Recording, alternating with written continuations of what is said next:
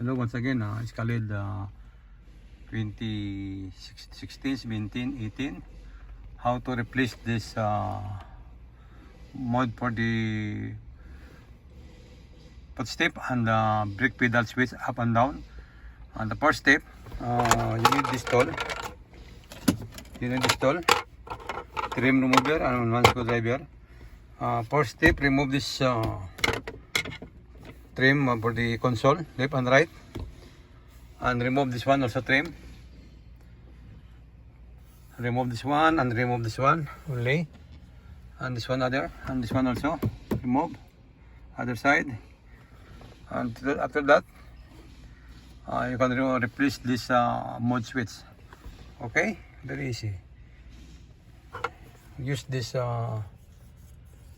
trim.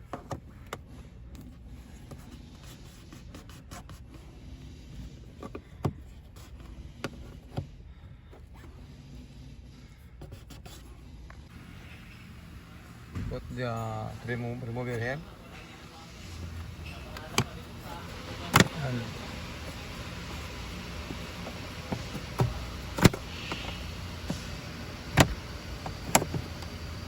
one here on this side. Okay.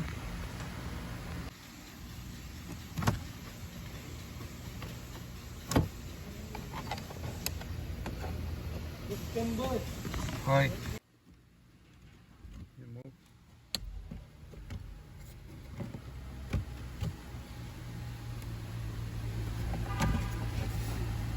Only up like that, and you can remove now this console trim. Now console trim is removed. Other side also be able to remove this one, but put that up this one.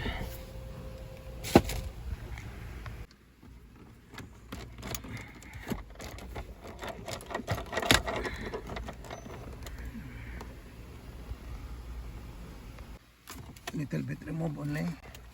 After that, remove this one.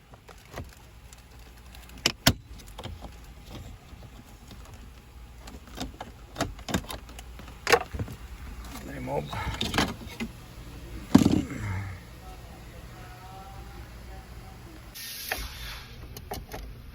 Now removing now. Easy to remove now this one.